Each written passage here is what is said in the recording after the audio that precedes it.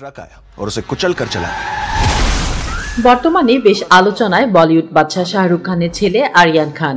সম্প্রতি মুক্তি পাওয়া তার পরিচালিত series the bats of Bollywood নিয়ে দর্শক মহলে ব্যাপক সাড়া মিলেছে। এবার এর সাফল্য নিয়ে মুখ খুলেছেন আরিয়ান। এক বিবৃতিতে সিরিজটির বিভিন্ন সংলাপ নিয়ে নিজেকে চেনানোর চেষ্টা তার।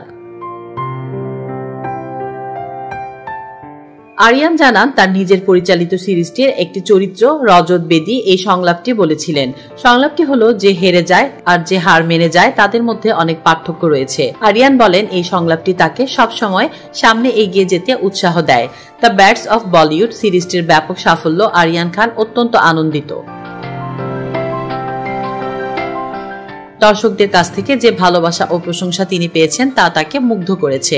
আরিয়ান বলেন, সারা বিশ্ব থেকে যে ভালোবাসা পেয়েছি তা অসাধারণ। আরিয়ান জানান যে গল্পটি একসময় শুধু তার একার ছিল, তা আজ অসংখ্য মানুষের গল্পে পরিণত হয়েছে। এ প্রসঙ্গে তিনি তার সিরিজের একটি চরিত্র জরজ এর সংলাপ তুলে ধরে বলেন, এবার চিনতে পারছো আমি কে।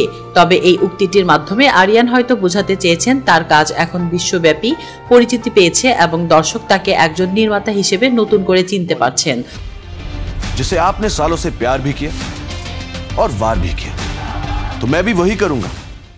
উল্লেখ্য, কিছুদিন আগে নার্কোটিকস কন্ট্রোল ব্যুরোর এনসিবি সাবেক কর্মকর্তা সমীর ওয়াংখেড়ে আরিয়ানের বিরুদ্ধে মানহানির মামলা করেছিলেন।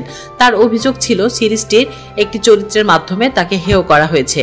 তবে দিল্লি হাইকোর্ট সেই মামলাটি খারিজ করে দেয়। क्योंकि पिक्चर तो सालों से बाकी है।